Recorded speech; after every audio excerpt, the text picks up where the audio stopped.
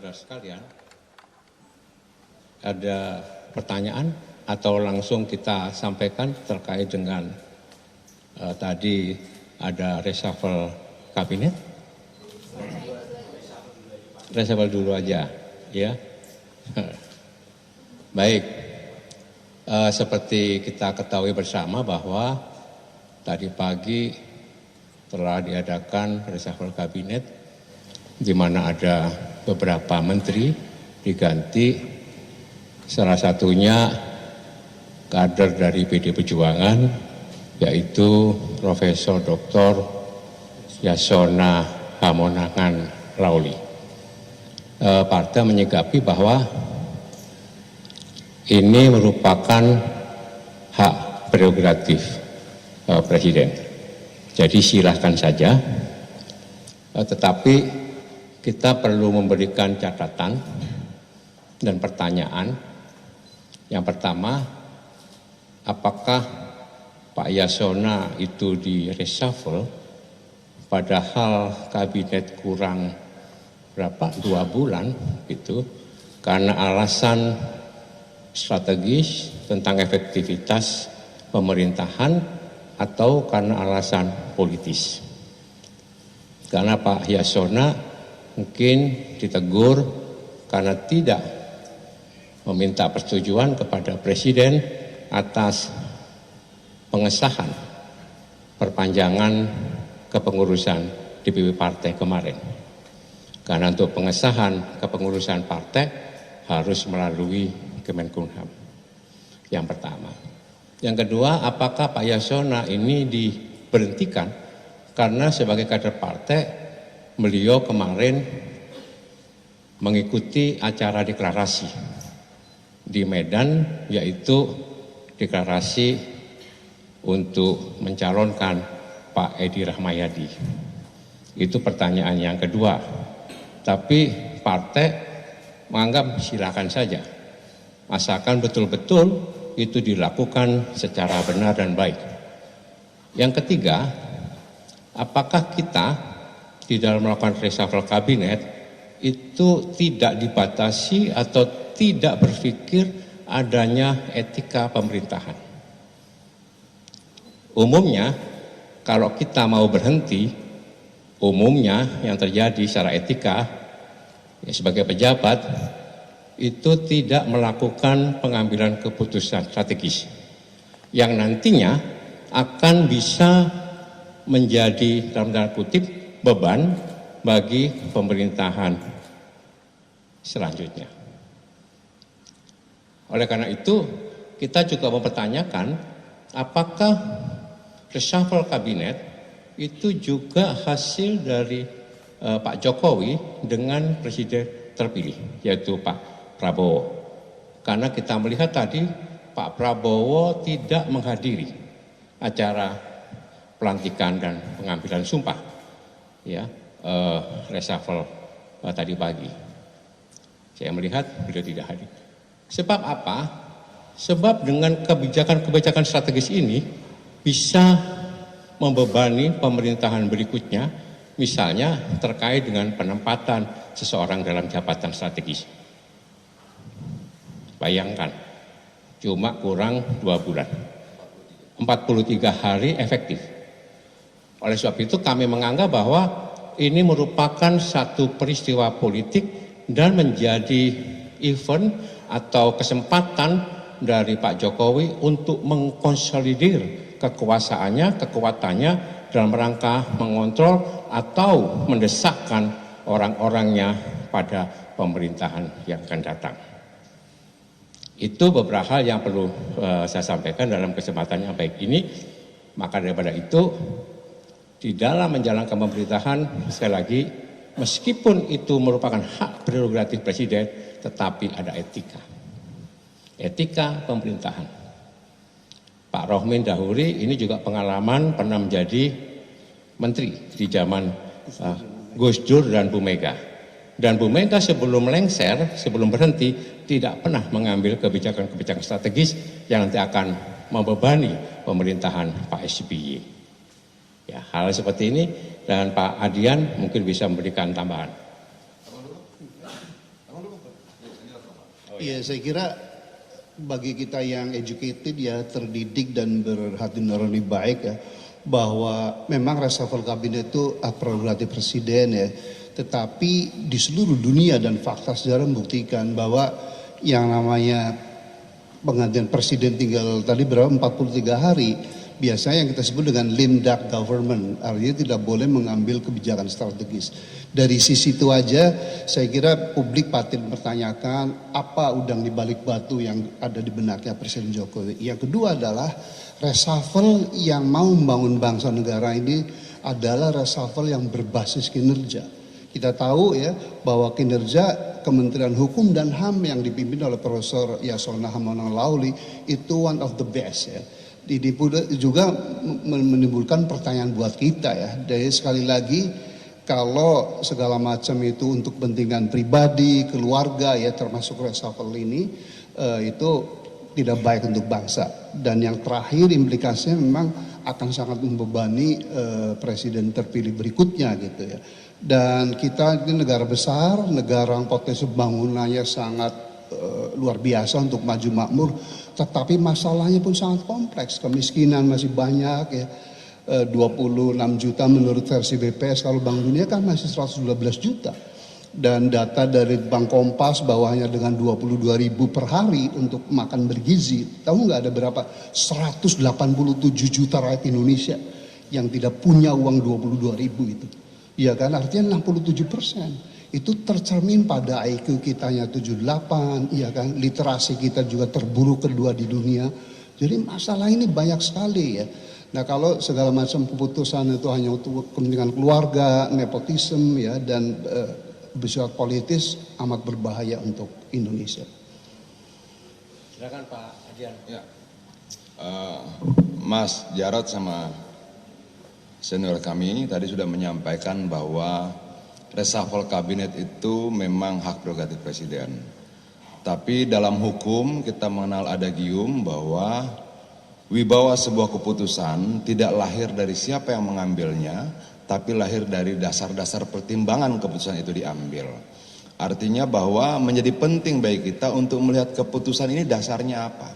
Kalau dasarnya adalah kinerja, Pak Yasona itu sudah bersama dengan Jokowi sudah masuk periode kedua ya, dari 2014, 15, 16. Apakah kemudian menukar teman lama dengan teman baru menjadi sebuah kebiasaan? Ataukah memang ada hubungannya dengan kehadiran Pak Yasona dalam deklarasi Pak Edi Rahmayadi? Ataukah memang ada hubungannya dengan perpanjangan masa jabatan DPP PD Perjuangan dan penambahan yang ditandatangani oleh Pak Yasona? Atau ada apa? Atau jangan-jangan akan ada produk hukum yang akan dikeluarkan dalam waktu 43 hari ini yang mungkin tidak disetujui oleh Pak Yasona, atau Pak Yasona dianggap sebagai gangguan atau hambatan untuk keluarnya produk hukum dalam 43 hari terakhir ini. Artinya ada banyak sekali tafsiran, dugaan di balik peristiwa reshuffle ini. Kalau yang disampaikan tadi juga, apakah reshuffle ini juga menjawab persoalan rakyat? Apakah reshuffle ini menyelesaikan persoalan pengangguran, kemiskinan, tutupnya pabrik, tambahnya PHK dan sebagainya?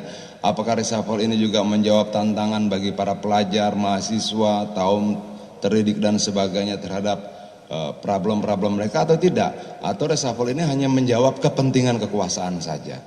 Artinya ketika kemudian dia ternyata tidak ada hubungannya dengan problem-problem kerakyatan, dia cuma menjawab kepentingan kekuasaan saja, nanti rakyat bisa bertanya, lalu pemerintah untuk siapa? Untuk kami atau untuk kamu saja? Kira-kira seperti itu. Nah itu yang kembali pada pernyataan saya di awal bahwa ada adagium hukum mengatakan wibawa sebuah keputusan tidak lahir karena siapa yang mengambil keputusan itu, tapi lahir karena berbagai dasar pertimbangan lahirnya keputusan itu. Ketika tidak mampu dijelaskan oleh negara terkait beberapa peristiwa reshuffle ini, maka itu artinya rakyat diperbolehkan untuk bebas menafsirkannya, bebas menduga-duganya, bahkan bebas mendapat kesimpulan. Kenapa? Nggak ada jawaban. Kenapa? Harus diganti si A dengan si B, apa alat ukurnya dan sebagainya. Menurut saya negara demokrasi adalah ketika sebuah keputusan negara, pemerintah bisa menggunakan alat ukur yang sama yang juga diketahui oleh publik. Kenapa kemudian saya ganti si A dengan si B? Karena 1, 2, 3, 4. Dan rakyat tahu alat ukur itu. Kalau rakyat tidak tahu, artinya itu sangat subjektif. Walaupun sekali lagi betul itu hak prerogatif. Tapi rakyat butuh tahu dasar-dasar pertimbangannya. Terima kasih. Baik, ada tanggapan, pertanyaan? Silakan bebas. Cukup? Oh, silakan. Mas Jarod, mau tanya Mas, berarti langkah yang akan dilakukan oleh PDIP setelah Pak Yasona mundur atau diganti oleh Pak Supratman ini seperti apa? Apakah nanti akan ada pertemuan dengan DPP secara khusus atau membahas ini secara khusus dengan Bu Mega Pak atau seperti apa? Enggak, ini biasa-biasa saja. Karena kita juga menyadari bahwa jabatan menteri itu jabatan politis. Dan ini malah bagus untuk Pak Yasona ya.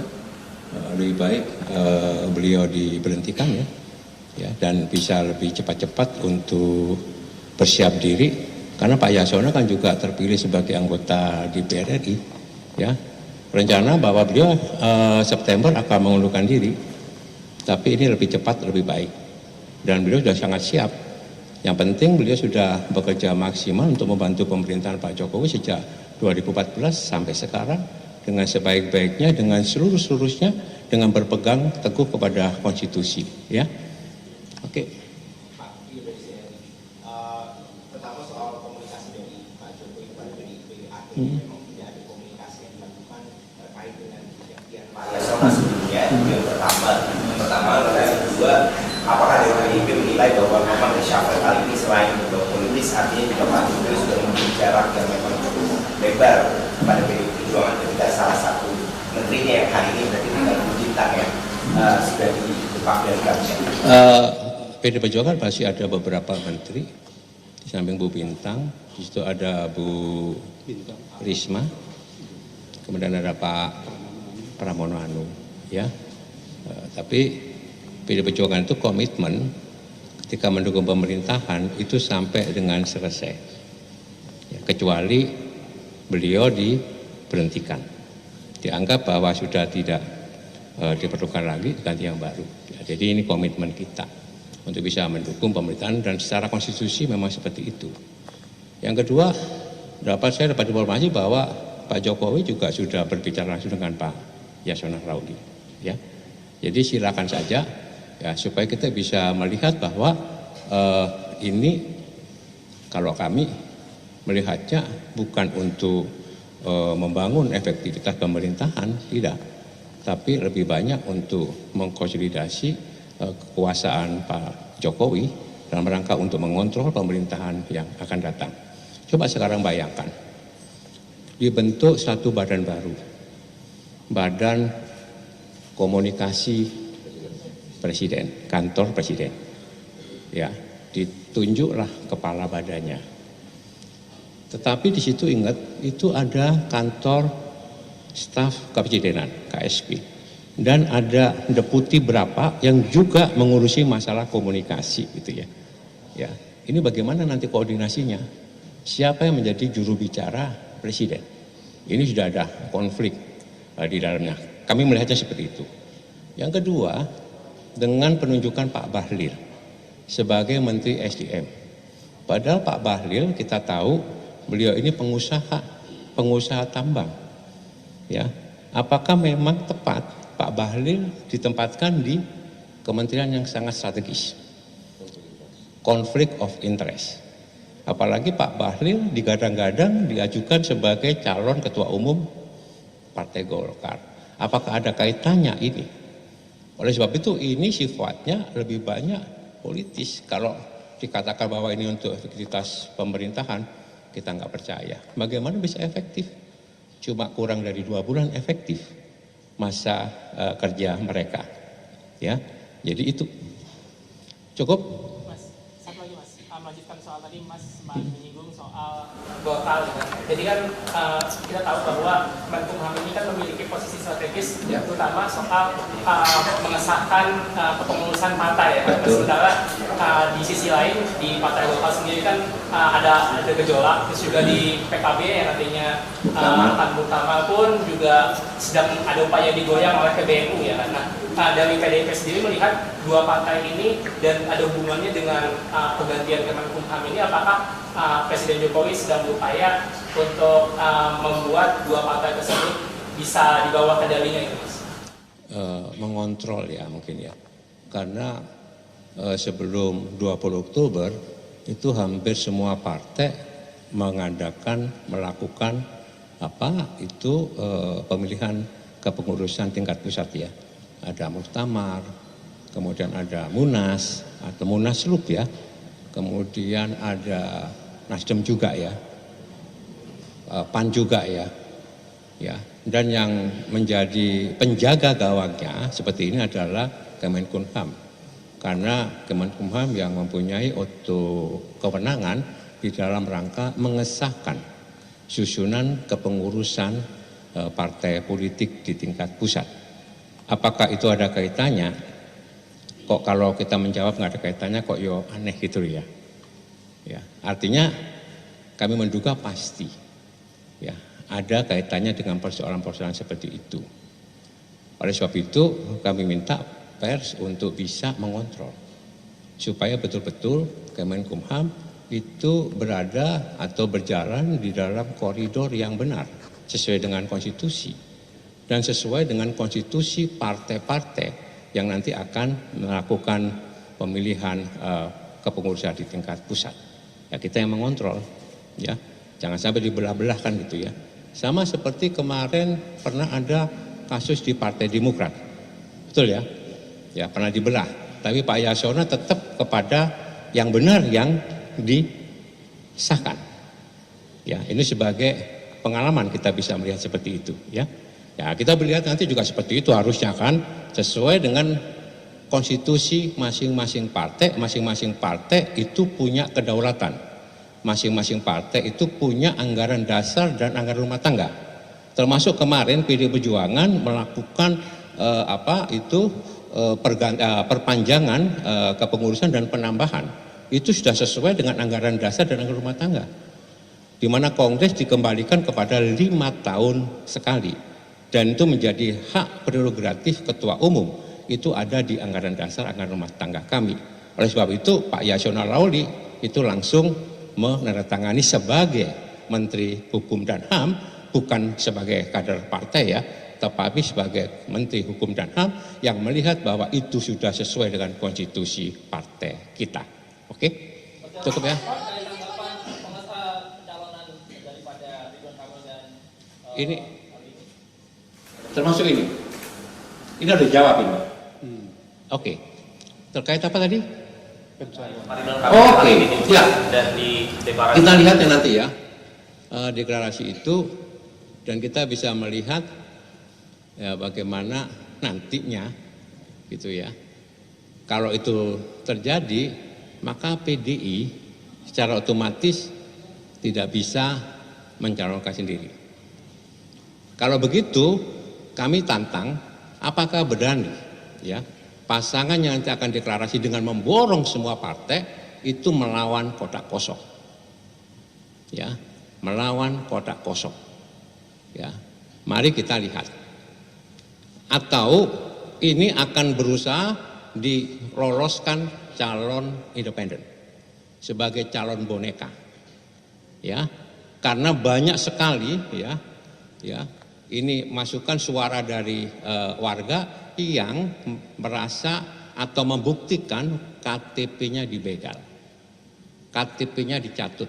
Ini sudah pelanggaran yang serius kalau menurut saya. Mari kita kontrol sama-sama ya.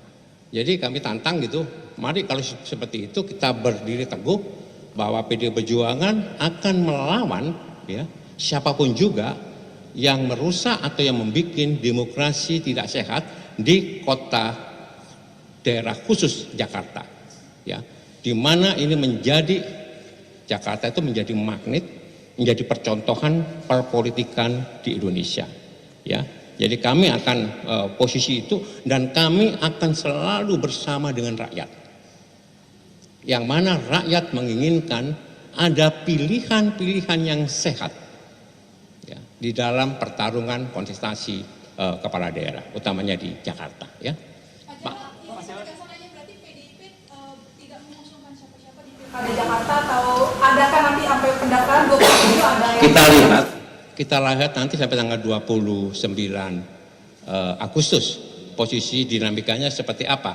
Tapi percayalah bahwa PD Perjuangan selalu bersama-sama dengan rakyat, dengan akar rumput. Kita selalu mendengarkan suara rakyat. Jadi kita lihat tanggal 29 seperti apa, gitu ya posisinya. Pak Adian, tambahan. Pak Adian ini Pak Sekjen bidang komunikasi, berarti ngomong dulu. Ngomong, ada banyak ngomong kau. Apa sih? Ini Pak Faryamda bilang setelah deklarasi kasus bom ini, bahwasanya Jakarta tidak perlu ada pilkada, cukup pilih saja dan kasus bomnya secara aklamasi, gimana tadi? Oh begini. Yang disampaikan sama Mas Jauh itu betul. Kita tidak pernah khawatir kalau ditinggalkan kekuasaan. Kita cuma khawatir kalau ditinggalkan rakyat, kira-kira seperti itu. Sederhananya kayak begitulah. Nah kalau Fahri Hamzah bilang begitu ya tanya Fahri, masa pertanyaan Fahri dia tanya ke gua. Kita sendiri nggak ngerti maksudnya apa. Artinya bahwa kemarin berapa hari yang lalu Partai A masih dukung Anies, lalu berubah. Ada Partai B masih dukung Anies, lalu berubah. Nah sampai tanggal 29 ada nggak yang kemudian tadinya tidak dukung Anies lalu berubah dukung Anies? Mungkin dong, kemungkinan itu sama saja besarnya. Artinya bahwa jangan kita patahkan, jangan kita tiadakan, jangan kita hilangkan juga kemungkinan dinamika politik yang sangat dinamis itu terus berjalan. Itu loh. Nah, bagaimana dengan sikap PD Perjuangan? Yang pasti kita akan selalu bersama-sama dengan rakyat. Bang, berarti untuk namanya secara penegasan ya, apakah nanti akan muncul Mas Anies atau Pak Ahok yang paling besar, yang paling kuat di Jakarta sekarang siapa, Bang? Kita berkomunikasi dengan semuanya. Mengenai siapa yang nanti di ujungnya, ya kita lihat prosesnya dong. Begitu loh. Oke, Bang? Ini Bang. Iya, saya kira kita berharap tadi saya perjalanan dari Bogor ke Jakarta tuh meninggalkan El Sinta. Saya catat secara statistik, alhamdulillah itu 75% si komentator dan penanya itu merespon bahwa reshuffle yang dilakukan kali ini adalah reshuffle yang sangat syarat dengan politik, kepentingan kekuasaan untuk Pak Jokowi mengontrol kekuasaan berikutnya, jadi itu good news gitu ya. Dan yang kedua saya ingin bangkitkan kita semua rakyat Indonesia ya, bahwa kalau DKI Jakarta dibuat kota kosong, menurut saya ini perusakan demokrasi yang sangat blunt, sangat jelas. Kenapa? Karena Jakarta itu IPM-nya 85, jadi hampir seperti negara maju. Orang cerdas, orang terdidik, mudah-mudahan ada kebangkitan kolektif ya, bahwa enough is enough gitu ya, bahwa kekuasaan yang sangat brutal sekarang ini ya merusak demokrasi, sistem meritokrasi nggak ada lagi itu ya. Mudah-mudahan ini berkat dari Tuhan ya, bahwa enough is enough itu ya. Dan kami PD Perjuangan hanya berharap itu, dan kami PD Perjuangan akan selalu bersama rakyat, kebenaran, demokrasi. Mudah-mudahan ini membangkitkan kita seluruh rakyat Indonesia untuk bersatu, untuk melawan kezoliman dan kehausan kekuasaan. Terima kasih. Oke, sudah. Berarti apakah PDIP masih lobby-lobby partai untuk tidak mengusung Pak RK dan Pak Jokowi atau gimana? Kami bukan hanya lobby melobi, tapi tetap berkomunikasi yang baik dengan partai-partai yang sekarang ini ya, yang nanti katanya itu mendeklarasikan Kimpres ya, Pak Anies sama siapa ya? Pak Anies, Pak Ridwan Kamil ya. Jadi kita lihat, tapi tetap komunikasi kita bangun ya. Jadi begini saudara sekalian, di dalam berpolitik itu ya dibimbing oleh satu keyakinan. Ya, keyakinan di mana kami PD Perjuangan yakin akan berjuang betul di dalam proses demokrasi ini, bahwa ya pilkada ini hanya menjadi satu sarana, alat, bukan tujuan. Kami yakin berjuang untuk mengajukan nanti kalau memungkinkan dan bisa didengar oleh partai-partai yang ada ya, calon yang betul-betul nanti mewujudkan ya Jakarta sebagai kota yang bersih, berintegritas, anti korupsi, anti nepotis, ya, dan mampu menciptakan kesejahteraan dan keadilan bagi rakyat Jakarta. Kami punya keyakinan itu. Kalaupun keyakinan itu dipatahkan dengan ya praktek-praktek pragmatisme dan jual beli atau borong memborong partai politik, kami tetap berjuang bersama-sama dengan rakyat dan menunjukkan bahwa sikap PD Perjuangan tetap tegak lurus. Saya selalu mengatakan bahwa PD Perjuangan yang punya 15 kursi di DPR itu bukan kursi yang bisa diperjualbelikan. Kalau kita memperjualbelikan kursi berarti kita memperjualbelikan suara rakyat. Itu komitmen yang kita tegang, yang kita pegang. Dan ini akan kita buktikan kalaupun nanti kami yang punya niat seperti itu melayani warga Jakarta dengan sebaik-baiknya, tapi terpotong, kami yakin kami tetap bersama dengan rakyat Jakarta. Ya.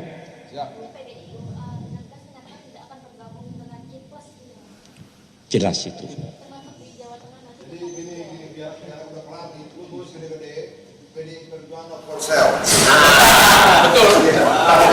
Pasti begitu ya. Apa namanya? Dia value-nya tinggi tuh. Menjunjung tinggi prinsip jurnalisme dalam setiap tayangan terbaiknya. Menghadirkan berita bernilai sebagai referensi. Gelar bicara yang tajam. Tidak, ini kan kebohongan dok. Mengupas fakta demi fakta dan mendorong pencarian solusi. Serta investigasi yang mengungkap kebenaran. Rosi, Satu Meja, The Forum, Sapa Indonesia Malam. Nilu, ikuti semuanya bersama Kompas TV.